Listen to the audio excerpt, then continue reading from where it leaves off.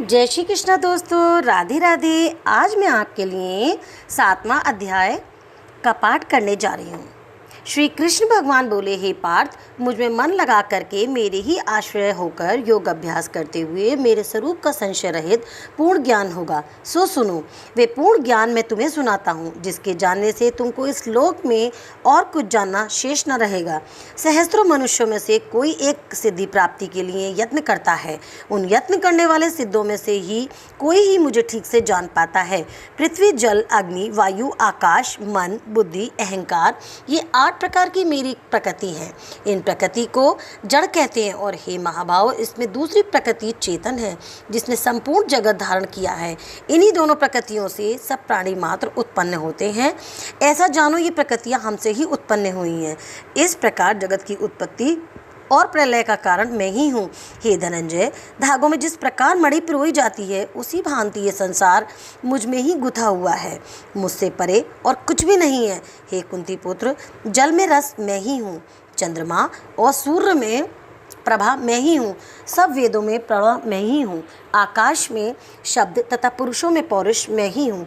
हे अर्जुन, पृथ्वी में जो सुगंध तथा अग्नि में तेज मैं ही हूँ। हे पार्थ, संपूर्ण प्राणियों में सनातन बीज रूप मुझको ही जानना। बुद्धिमानों में बुद्धि रूप, तेजस्वियों में तेज मैं ही हूँ। हे अर्जुन, काम और रोग रहित बलवानों पुरुषों में बल, पुरुषों में धर्म के विरुद्ध न जाने वाला कर्म मैं ही हूँ। जितने सात्विक, राजस, तामस पदार्थ हैं, वे सब मुझ में ही उत्पन्न होते हैं, परंतु उनमें मैं नहीं रहता। ये सब मुझ में ही है।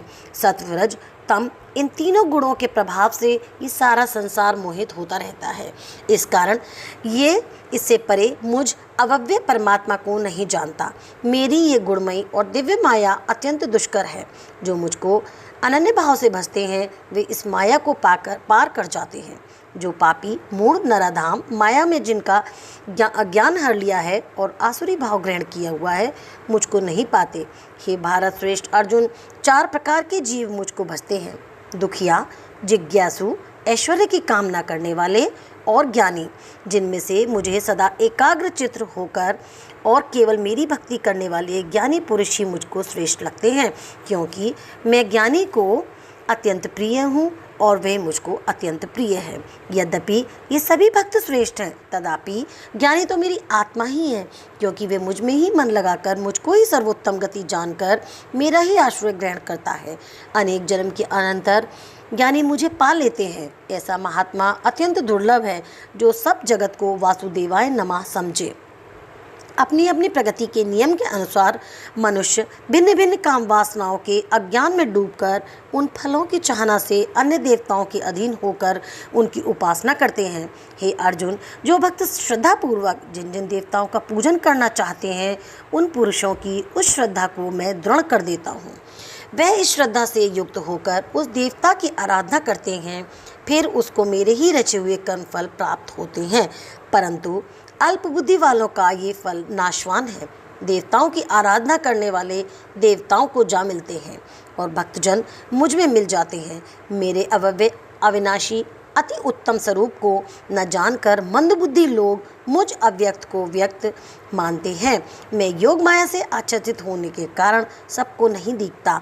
उसी से मूढ़ लोग अनादि तथा अविनाशी मुझको नहीं जानते। हे अर्जुन, मैं भूत, भविष्य और वर्तमान के सब प्राणियों को जानता हूँ, पर मुझे कोई नहीं जानता। हे भारत, हे परमपत, इच्छा और द्वेष से उत्पन्न होने वाले सुख दुख आदि द्वंद्वों के मोह से जगत के सभी प्राणी भ्रम में फंस जाते हैं। जिन पुण्य आत्माओं के पाप नष्ट हो गए हैं, वे पुरुष द्वंद्व के मोह से छूटकर दृढ़ निश्चय करके मेरी भक्ति करते हैं। जो मेरा आश्रय लेकर जन्म मरण के दुख दूर करने के अर्थ प्रयत्न करते हैं, वे पुरुष ब्रह्म, आत्मज्ञान और संपूर्ण आज्ञा को जानते हैं। जो अधिभूत, अधिदेव और अधियज्ञ इन सब में व्यापक मुझे जान पाते हैं, वे समाविष्ट पुरुष मरण काल में मुझको जानते हैं। इति श्रीमद्भगवद गीता शुपनिषद सुब्रह्म विद्या योग शास्त्रे श्री कृष्ण अर्जुन संवादे प्रगति भेद योगो नामक 7वां अध्याय संपन्न है। बोल कृष्ण भगवान की जय। ओम नमो श्री भगवते वासुदेवाय नमः। अब मैं आपको 7वें अध्याय का महात्म सुनाती हूँ। श्री नारायण जी बोले, हे लक्ष्मी जी, अब 7वें अध्याय का महात्म सुनो।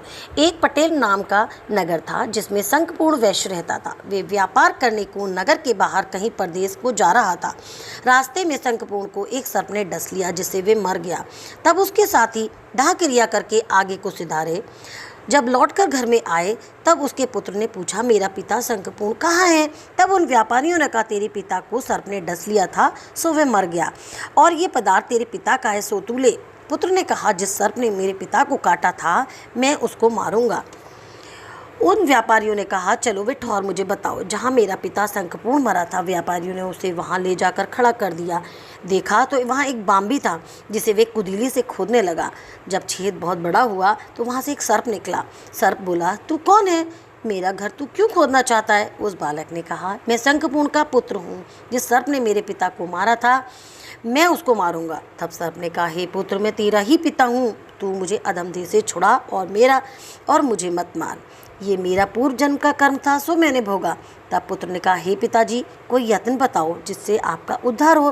तब उस सर्प ने कहा, हे पुत्र, किसी गीता पाठी ब्राह्मण को घर में भोजन कराओ और उसकी सेवा करो, तो उसके आशीर्वाद से तेरा और मेरा कल्याण होगा। तब उस बालक ने अपने घर पर उस नगर में जितने भी गीता का पाठ करने वाले व्यक्ति थे उन सबको बुलाकर श्री गीता जी के 7वें अध्याय का पाठ करवाया और उनको भोजन करवाया। तब उन ब्राह्मणों ने आशीर्वाद दिया।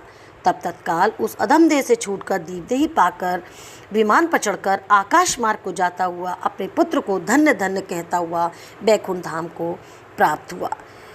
तो इस तरह से इस 7वें अध्याय का महात्म है।